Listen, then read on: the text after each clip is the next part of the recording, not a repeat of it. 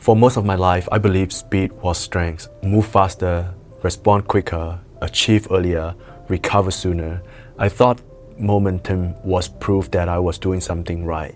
That if I stayed in motion, if I kept producing, improving, responding, life wouldn't have time to catch me. And for a long time, that belief felt rewarded. People call it discipline, ambition, drive. But there's a quiet cost to living that way. You don't notice it at first. It doesn't arrive as failure or collapse. It arrives disguised as productivity. You feel important, needed, busy. Your calendars fill, your mind races. You tell yourself this is what growth feels like. Until one day, you realize you don't remember the last time you felt fully here. I remember that moment clearly. I was walking somewhere familiar, a path I would take in countless times, yet it felt strangely distant. My body was moving, but my mind was somewhere else, replaying conversation, rehearsing future ones, worrying about things that did not happen yet. I stopped, not intentionally, but instinctively. My body asked for it, and in that pause, something uncomfortable surfaced. I wasn't tired in the way sleep fixed. I was tired in a deeper place, tired of rushing through moment meant to be lived, tired of carrying urgency that wasn't mine, tired of confusing moment with meaning. That was the beginning of slowing down. I did not slow down because it sounded wise. I slowed down because my nervous system could no longer keep peace with the life I was forcing it to live. I had been sprinting through days that require presence, not speed. We live in a world that worships urgency. You are not quick, you are not replaceable. If you are not visible, you are forgotten. If you are not constantly becoming more, you are falling behind. So when we rush through mornings, through conversation, through decision that quietly shape our life, and we call it ambition. But there's a difference between ambition and avoidance. I was moving fast, not because I knew where I was going, but because slowing down meant I would have feel things I had been outrunning doubt, loneliness, uncertainty, the quiet question that don't scream but linger. Who am I without motions? What am I afraid to sit with? What have I been postponing by staying busy? Slowing down felt dangerous because when you slow down, there's nowhere to hide. You hear your thought clearly, you notice the tension you have normalized. You feel emotions you have been postponing at first. It feels wrong, almost irresponsible, like I was wasting time. Even rest feel guilty. Even stillness felt like falling behind. But slowly, almost without me noticing, something changed. My day began to feel longer, not because there was more time, but because I was finally inside it. I noticed how sunlight softened the room in the morning, how my breath deepened when I stopped trying to control it, how silence doesn't empty, it was spacious. And in that slowing, I discovered something unexpected. I wasn't weaker, I was clearer. Clarity doesn't rush, it waits, and you only hear it when the noise quiet. When I slowed down, my decision came from a different place.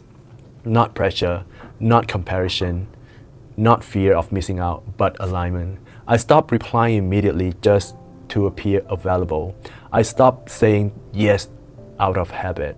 I stopped feeling silence to avoid discomfort, and something shifted. My words carried more weight because I spoke less. My presence felt steadier because I wasn't scattered. My boundaries became clearer because I wasn't constantly explaining them. Slowing down didn't make me invisible, it made me grounded. There's a quiet power in being grounded. It shows up in how you listen without interrupting, in how you pause before reacting, in how you walk from urgency that doesn't belong to you. I realized speed had been masking my insecurity. I thought being fast meant being capable, but capability isn't about reaction time, it's about discernment, knowing when to act, knowing when to wait, knowing when to let something pass without chasing. This discomfort only comes when you give yourself space. Slowing down also changed how I experience other people. When you live fast, you listen, you respond, you connect to maintain momentum. You stay busy to feel relevant. But when you slow down, you listen to understand. You connect to feel. You notice what beneath the words. The pause before someone answers. The emotion they are holding back. The difference between what's said and what's meant. those details matter. I begin to see how I has mistaken intensity for depth. How many connections were built on urgency rather than understanding. Slowing down filtered that out. Some people drifted away when I stopped rushing. Others stepped closer. And that taught me something important. What meant to align with you doesn't require speed, it requires presence. Power, I learned, isn't loud. It doesn't announce itself. It doesn't hurry to prove anything. Real power is quiet.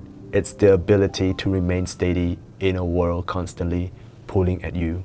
When you slow down, you stop reacting to everything. You stop being pulled into every motion, every expectation, every demand. You begin choosing what deserves your energy. That choice is power. I notice it in a small moment. I no longer rush to detain myself. I did not feel the need to correct every misunderstanding. I let things unfold. And time, when you let it work, revealed the truth. Slowing down also forced me to face discomfort.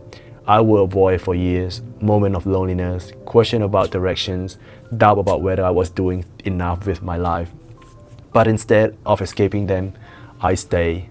I learned to breathe through uncertainty, to let unanswered question exist, to trust that clarity arrives when it's ready, not when demand. That trust changed everything.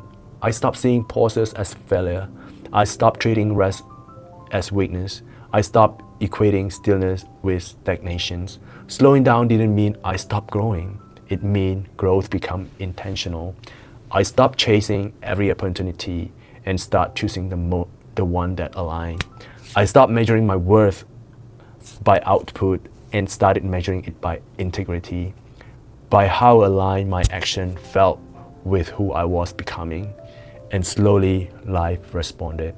Not dramatically, not overnight, but steadily. Things that once felt forced became natural. Decisions that felt heavy became simple. Relationships that required constant effort either evolved or ended, and I felt lighter, more rooted, more myself. It taught me that I don't need to chase every moment to matter, that being fully present in one moment carries more weight than skimming through many. It taught me that urgency often belongs to fear, not truth, and not everything needs an immediate response. Something needs time, something needs space, something needs silence. When you slow down, you begin trusting your timing.